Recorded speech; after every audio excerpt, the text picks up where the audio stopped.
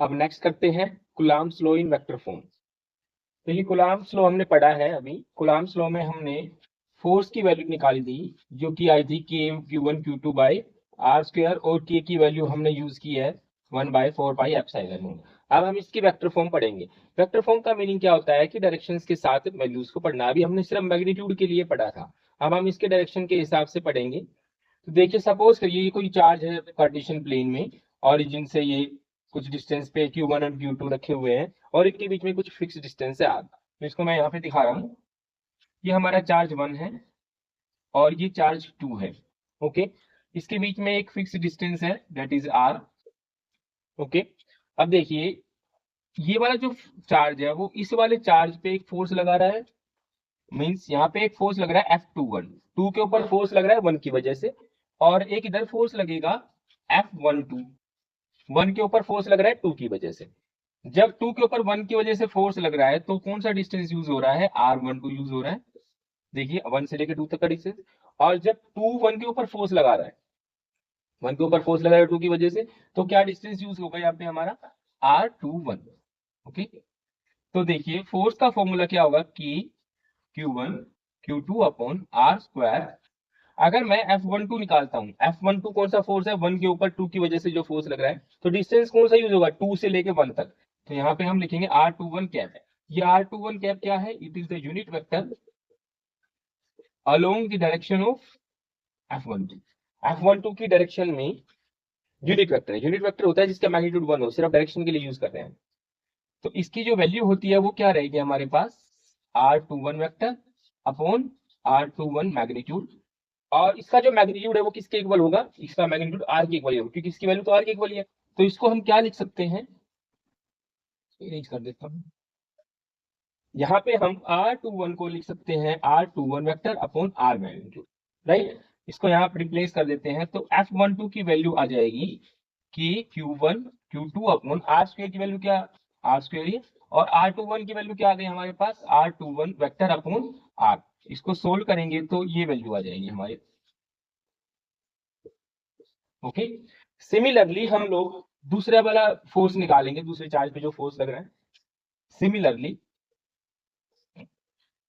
अगर मैं F21 निकालूंगा तो क्या वैल्यू आएगी? के Q1 Q2 upon R square, और यहाँ पे कौन सा वेक्टर आ जाएगा? R12, क्योंकि R12 इसके डायरेक्शन में है। ठीक है, यहाँ पे हम लिख देंगे R12 unit vector along the direction of F12। तो यहाँ पे F21 की वैल्यू क्या आ जाएगी? के Q1 Q2 upon R square, और इसकी वैल्यू पुट करेंगे तो क्या आएगा? R12 अपॉन R मैग्नीट्यूड, और ये वैल्यू क्या होगी? R के इक्वल होगी। तो के Q1 Q2 upon R cube multiply में R12, ये हमारे पास वैल्यू आ गई F21 की। ओके, अब यहाँ पे देखिए कि ये दोनों की दोनों वैल्यू R21 और R12 दोनों वैल्यू R के इक्वल है, राइट, मैग्नीट्यूड वाइज। बट इनका डायरेक्शन अलग है, इसकी डायरेक्शन इधर है और इसकी डायरेक्शन इधर है, दोनों की डायरेक्शन क्या है? अपोजिट है, तो ये नेगेटिव वेक्टर होंगे। तो यहाँ पे हम लिखेंगे कि जो R12 है,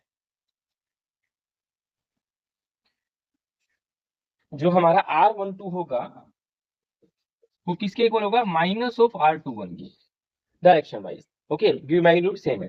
तो यहाँ पे जो R12 है उसको हम क्या लिख सकते हैं? के Q1 Q2, R12 की जगह लिख सकते हैं negative of R21 upon R cube. ठीक है, अगर मैं ये वाली वैल्यू देखता हूं, अभी हमने जो लिखी थी पहले, ये वैल्यू किसके इक्वल है? यहाँ पे F21 की जो वैल्यू आ जाएगी, ये जो वैल्यू थी हमारी वो किसके इक्वल हो गई? के Q1 Q2 upon R cube, और R21 ये जो वैल्यू थी हमारी वो F12 के इक्वल है। तो यहां से क्या कंक्लूजन निकलता है कि दोनों के दोनों चार्जेस एक दूसरे के ऊपर इक्वल अमाउंट में फोर्स लगाएंगे, बट अपोजिट नेचर में होगा। सो हम लिखेंगे hence it obey Newton third exert equal and opposite force. एक दूसरे के ऊपर इक्वल और अपोजिट फोर्स लगाएंगे। ओके, इसके बाद आती है लिमिटेशन। इसके बाद लिमिटेशन पढ़ते हैं कूलम्ब्स लॉ की। कूलम्ब्स लॉ की लिमिटेशन क्या है? हमने पढ़ा है दो पॉइंट चार्ज के बीच में फोर्स निकालने के काम आता है कूलम्ब्स लॉ, यही था। F इज इक्वल टू के Q1 Q2 bye R square.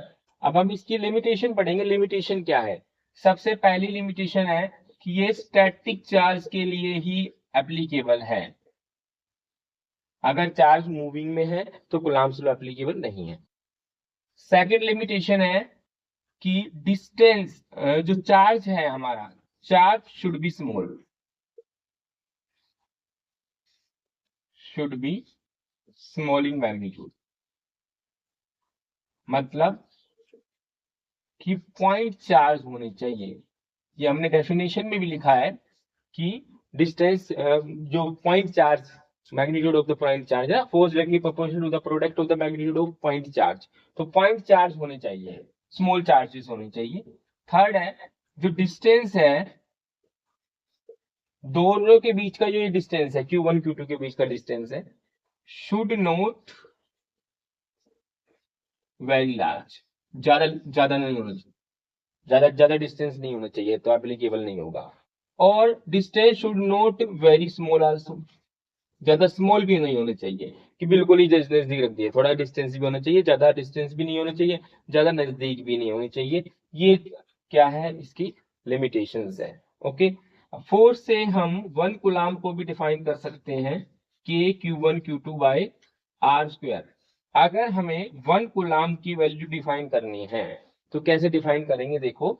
अगर मैं यहाँ पे चार्ज 1 की वैल्यू 1 कूलम्ब ले लेता हूँ, चार्ज 2 की वैल्यू भी 1 कूलम्ब ले लेता हूँ, डिस्टेंस को 1 मीटर रख लेते हैं, ठीक है। तो देखिए क्या वैल्यू आएगी, एफ की वैल्यू आ जाएगी के इंटू वन अपॉन 1 का स्क्वायर। तो एफ की वैल्यू आ जाएगी के, और के की न्यूमेरिकल वैल्यू क्या होती है, 9 इंटू 10 की पावर 9। अगर कोई दो पॉइंट चार्ज के बीच में 9 इंटू 10 की पावर 9 न्यूटन का फोर्स लग रहा है तो हम उसे कहेंगे 1 कूलम्ब चार्ज। तो यहाँ से हम 1 कूलम्ब चार्ज को डिफाइन कर सकते हैं। Okay, thank you.